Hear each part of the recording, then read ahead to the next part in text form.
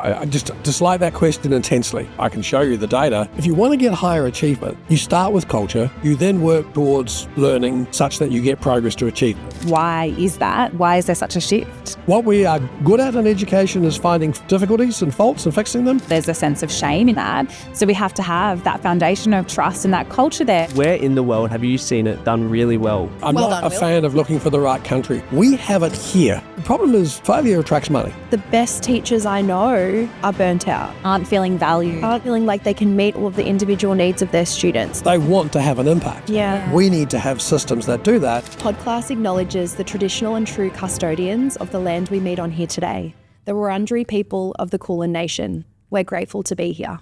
Today, we're honoured to welcome the esteemed Professor John Hattie to the podcast. For those working in education, John Hattie is likely a familiar name, known worldwide for his research into what truly makes an impact in the classroom. John is a distinguished researcher, academic, and the mind behind visible learning, one of the largest evidence-based studies in education, which has redefined our understanding of teaching and learning by examining the factors that improve student outcomes. His work spans more than 20 years of research, with his recent book, Visible Learning: The Sequel, expanding on previous works. The sequel synthesises over 2,100 meta-analyses, which draw from more than 130,000 individual studies and include data from over 400 million students worldwide. This is arguably the largest, most comprehensive analysis ever conducted in the field of education. John Hattie's focus is maximising impact in teaching. Hattie explores topics like teacher-student relationships, technology's role in learning, effective teaching frameworks, and delves into systematic educational questions like how school environments can evolve to better support impactful teaching and learning practices, and how educators can sustain growth beyond their early years in the profession. Reflecting on John Hattie's research, and having been surrounded by it my entire career, I find myself inspired by the clarity and depth he brings to understanding and evaluating research for educational outcomes. His commitment to grounding teaching practices in evidence and making that evidence accessible for all of us helps us to better connect, guide, and empower young learners. We couldn't be more grateful to have him here today. So no one told you teaching was gonna be this way. Your lesson plans are jokes, your patience broke, you're feeling in disarray. It's like you're always stuck in report writing, when it hasn't been your day, your week, your month, or even your school year. But I'll be here for you. When the students start to riot, I'll be here for you. even if your coffee's gone cold, I'll be here for you, 'cause you're there for them too. Hello and welcome back to Podclass. You are joined as always by your host Sky, that's me, and my dear friends Will and Amanda. good Hello. afternoon, morning, And whatever time you're today- listening. And today we are absolutely thrilled to welcome to the studio once again Professor John Hattie. Thank you so much for joining us. Good to be back. We are very excited to be talking with you today, and today's episode is the one about teaching culture. And so I guess we would really love to dive in because we are hearing there's a lot of rhetoric in the landscape around teachers leaving the profession, being unhappy, and that negative kind of staff room culture that can exist and fester in some schools, as we were speaking about off air. And we would really just love to hear your thoughts on how does school culture impact students' learning, and how can we, a lot of your research around teacher efficacy, which I'm sure we'll dive into, but really what are your thoughts around this? Well, culture is the place to start. Quite often, particularly around Australia, we start at the other end with achievement, and we talk about good schools are schools with high achievement and great test scores, and they look good on NAPLAN, etc. And I can show you the data. We actually have some of our best schools in the country, our most successful schools, in the lower socioeconomic areas, in the lower achievement areas, the regional areas. Stunning. But there's this misnotion. If you want to get higher achievement, you start with culture, you then work towards learning such that you get progress to achievement. Achievement's the outcome, not the input. Oh, louder. Yes. Sorry. And yes. the nature of that culture comes back very much to, is this an inviting place for kids to come to? Like if I was Minister of Education for the federal government, the first act would be to lower the school leaving age to 10. And high schools would immediately realise they have to make it attractive. Now, got some perverse I like that. consequences. I'm in. It's got some, but my point being is we really should be asking our students, do you feel like you want to come to this class to learn what we teach you here? And we know about end of primary school, start of high school, about 4 out of 10 say yes. The 6 out of 10 have turned off. They come because they have to. They come because of their friends. Oh, So then gosh. we have to ask, why is that? So why is there such a shift? Because kids can't sue. It's compulsory. Yeah, that's therefore true. they By have to law, do they've it. got to attend. Yeah. Like if you look, for example, in the US, 2% of adults use high school trigonometry, calculus, algebra, etc. 70% use Excel or graphing. What do we teach? Now, it's a whole debate there about what we teach, but it almost doesn't matter. It comes back to this positive attribute, which I think is evident in so many classrooms around the country about making kids feel like they belong in this place called learning. Which has to be the first thing, right? And Yes. that quote we spoke about off air is that culture eats strategy for breakfast. We can have the best kind of school policies in place, the best outcomes in place, but if our Prettiest culture looking isn't documents. Oh, I'm we're good with curious that. if we you obviously Australia, we don't do it that well. If we're only 4 out of 10, where in the world have you seen it done really well? Well, I just dislike that question intensely because I'm Well not done, a Will. fan of looking for the right country. We have it here in this land, so many excellent schools. And my statement when I was chair of AITSL to every minister that I had to deal with and every director general I had to deal with in 9 years, How many was it? 66 of them, 66, there it is. was should be a proud of honour that in your term of office you don't go to Finland, Shanghai or Singapore. I will take you to the best schools in the world here in your district. And some called me on it and I took them. And they were stunned how brilliant we have it here. Wow. That culture exists right here. So we have the examples, we have the So let's ingredients to start draw there. from. What we are good at in education is finding difficulties and faults and fixing them. What we're not good is at finding excellence and scaling it up. Yeah. And that comes back to the culture we're going to talk about in the staff room, is how do we scale up success? Because we have oodles of it. Now, So I how do know- we do this? Well, the problem is failure attracts money. Yeah. Success often is tall poppy. But let me go one step further on culture of the classroom because it's going to come to the culture of the school and the staff room as well. And that's the one we're talking about in the last episode. It's okay here to have problems and have difficulties because that's the nature of what we are. Like if you go back to the visible learning work, the highest effect size of all is when you get a group of teachers together and they have discussions and evaluations about their impact. Like bring along 2 pieces of student work 3 months apart and say, is that 3 months growth? And like you would never do that in a staff room with low trust No. because I've been in those sessions where the work 3 months later is not as good as the work at the beginning. It's tough, Yeah. but it has to be called. And rather than like, I guess a lot of teachers would feel very judged in that. So They do. therefore there's a sense of shame in sharing do. and learning from that. So we have to have that foundation of trust and that culture there so that That's where teachers can leadership- say why. And that's where Yeah. leadership is so powerful, is to create that safety so that happens because that teacher is going to go back to that classroom and still think the same way about values and progress and achievement, and that's not doing their kids any favour. Yeah. But the thing that's stunning about that, the biggest effect in education happens when the kids aren't in the room.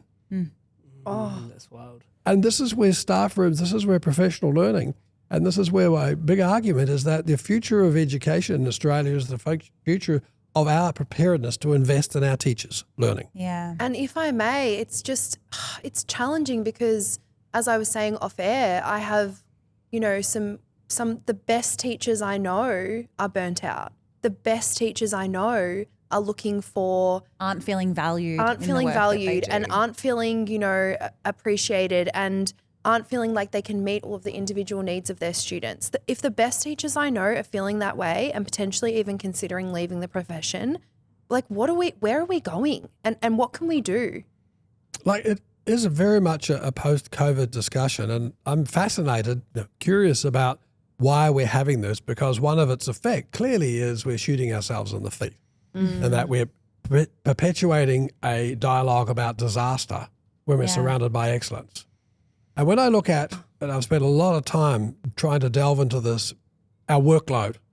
Yeah. It's no different pre and post-COVID.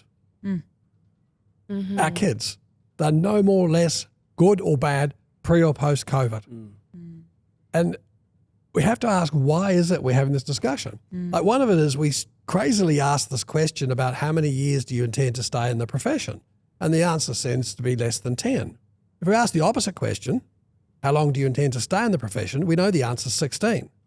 We also know that the nature of teachers have changing dramatically. Like Queensland's the only data that's got public information about it. What's the average age of first registering to be a teacher in Queensland? 38. Wow. Really? The average age of going into teaching, initial teacher education, has been 26, 27 for the last 10 years. Yeah. 40% of people in teacher education are doing it completely offline, and that's not necessarily a bad thing. Offline or online? Sorry, online. They're studying. 40% are studying online. Yeah, Because we looked at the data the other day that a median age of a teacher has increased like 10 years in the past 30. And that's because it's becoming a second or third profession. Yeah. And that's starting to be reflected in the discussion. Like they didn't stay in the other two jobs 10 years. Teaching has to realise that it may not be a career for life, and we haven't accommodated that. Then on top of that, let me go back to COVID. You remember what COVID was like as a teacher? Yes. And? Good or bad? To be honest, I actually felt sometimes I came back to the classroom more connected to my students than I did previous to COVID, if I'm being completely honest. But I found it What about challenging. during COVID? There were highs and lows. It was really challenging sometimes, and to be able to stay motivated, to log on to your Google account every morning and meet students was really challenging. We were pushed to be creative and to try new things to engage our classes, and to just, the priority for me as an educator at that time was to just make sure that we were staying connected. But Sky, let me put this to you, and this is my hunch. I think what's happening now is we are complaining about burnout and workload, and my biggest concern is getting the right problem on the table. I don't think the problem is workload. I know, Sky, that if I took 10 hours off you as a teacher, you'd replace it with 10 hours. Yeah. What happened in COVID is you learned it did not have to be as relentless. You could take a moment to reflect. You could take a moment for a coffee. You could walk the dog. Put a load of put washing the on. washing on. Yeah. Whereas of all professions, nurses and teachers came back full-time to what it was. And I think what teachers are saying now is no, stop.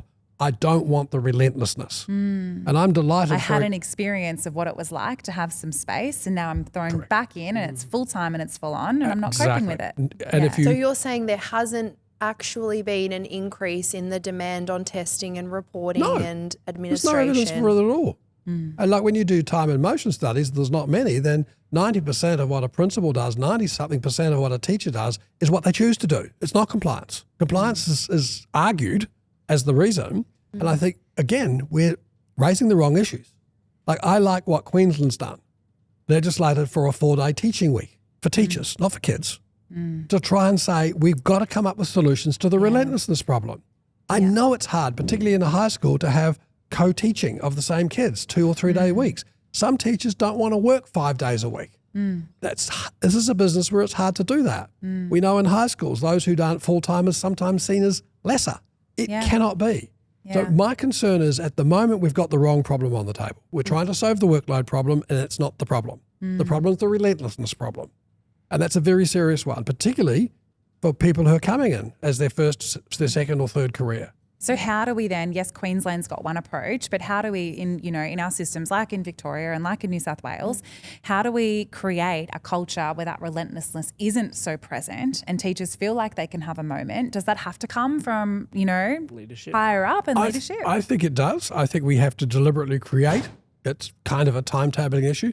But let me raise a parallel notion.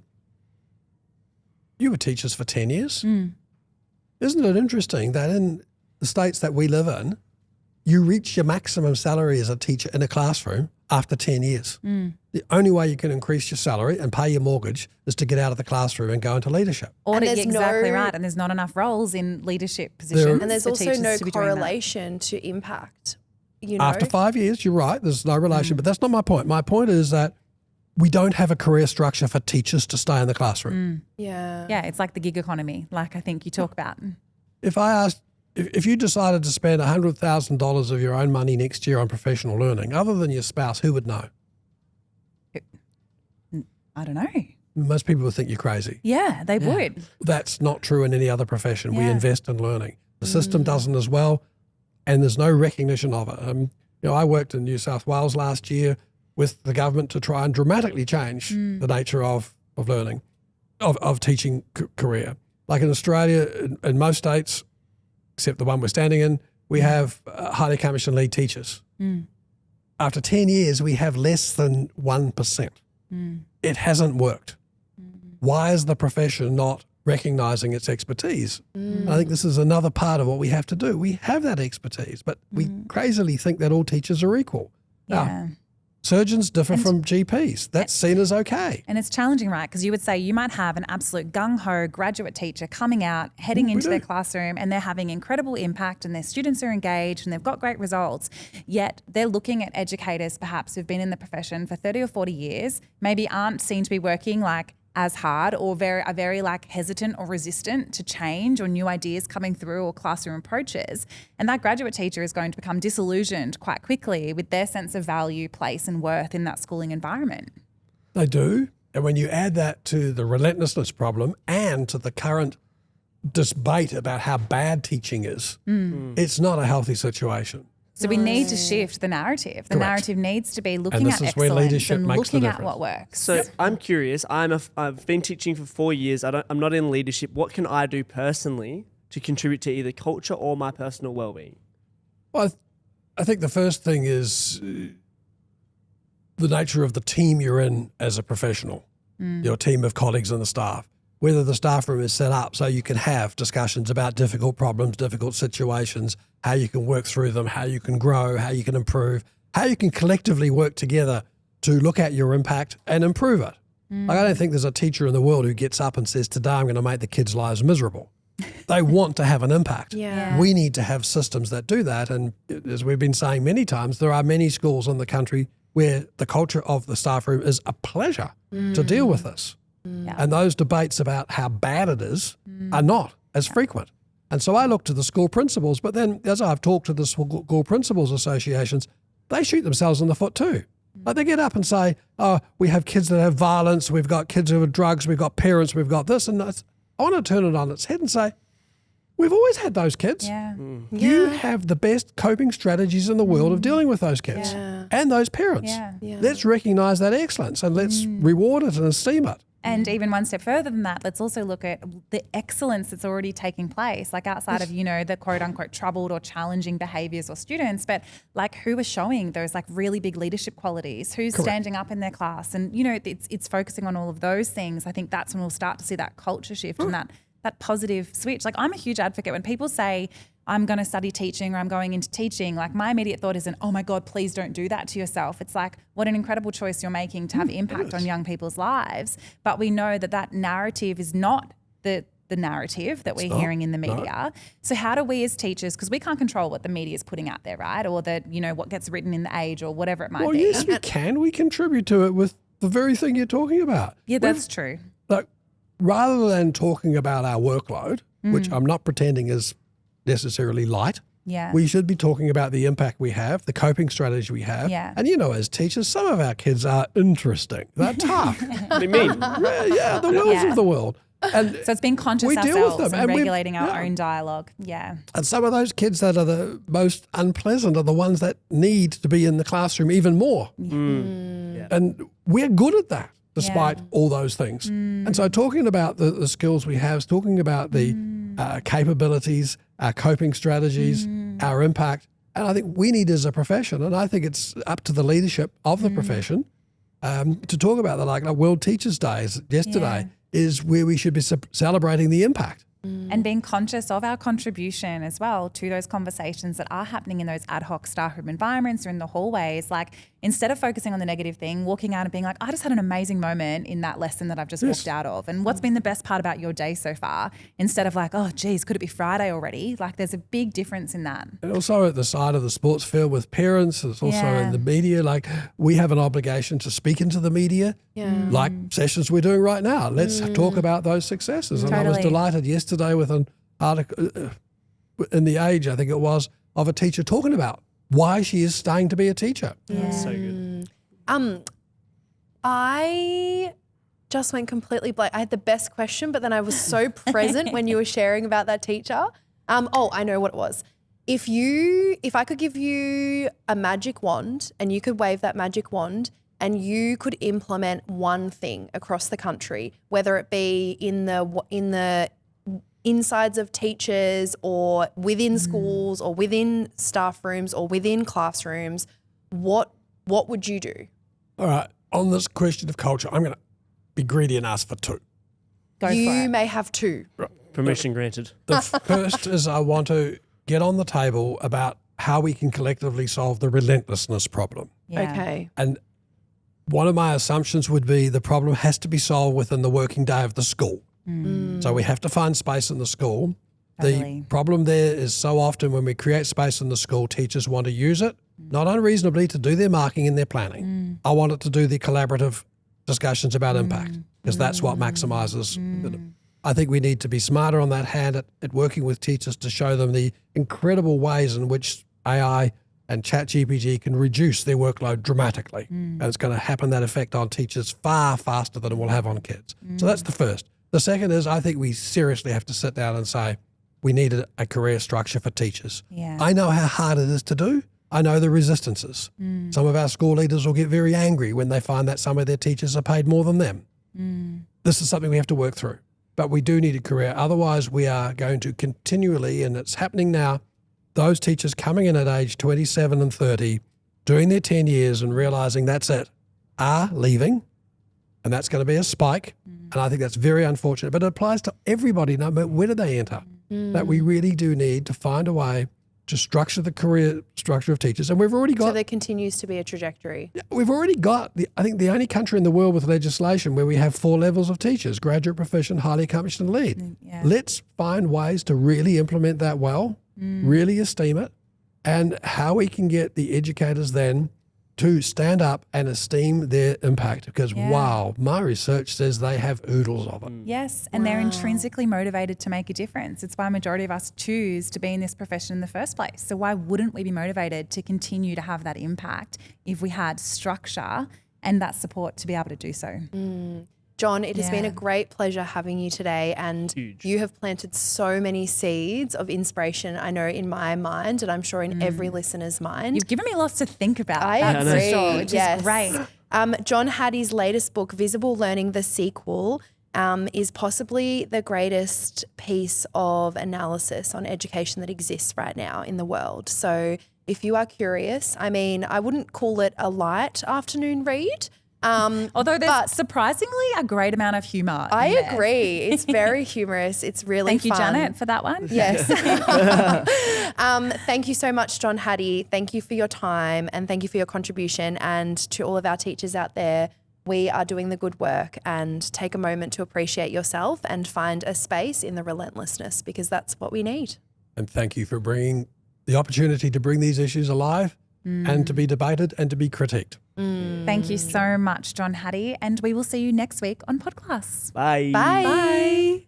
I'll be here for you, 'cause you're there for them too.